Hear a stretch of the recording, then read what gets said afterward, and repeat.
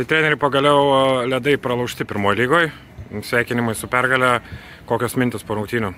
Nu, ačiū už sveikinimus. Tai pirmiausia sveikinu, aišku, komandą, kuri tikrai daug jėgų padėjo, paaukojo, kaip sakau, gal ne viskas gavosi, gal nebuvo tas mūsų futbolas šiandien tikrai gražus, bet, kaip sakau, pergalė yra pergalė, tie 3 taškai mums labai svarbus ir nesilai, kaip sakau, tos rungtynės būna kartais gražios, kartais, nu, tam žiūrovai, bet būna kartais ir tokių kartais reikia rungtynių, tai, kaip sakau, darysim tam tikras irgi išvadas, norim atrodyti kokybiškiau, bet tai, kaip sakau, manau, spręsime tos klausimus netolimoje ateityje.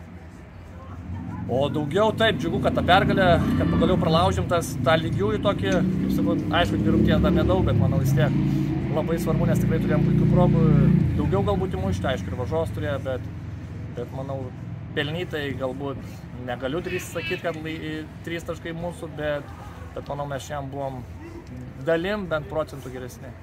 Kokios mintis buvo po pirmo praleisto įvarčio? Varžovai labai energingai pradėjo rungtynės ir turbūt laiku ir išlyginom pirmo kėlinio vidury ir kiek nuraminom žaidimą. Jo, bet kaip matot, tas aplamai pirmas kėlinys iki vidurio galbūt nesikliavo tikrai daug dalykų ir kokybės, ir noro, kaip sakau, tikrai trūko ir energijos, visur jie atrodo pirmi.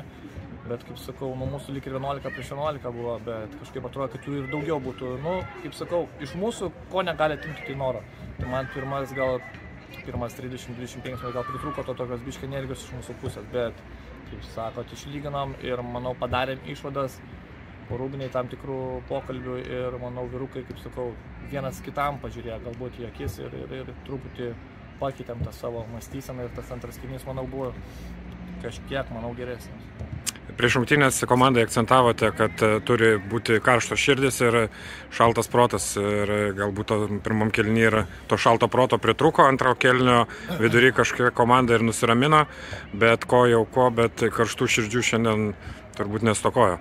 Jo, norėtųsi, kad tos karštos širdis nuo pat pradžių, kaip sakau, būtų, kai mes ruošėmės rungtynėmis, tai nuo pat pirmos treniruotės, kai ruošėmės rungtynėmis.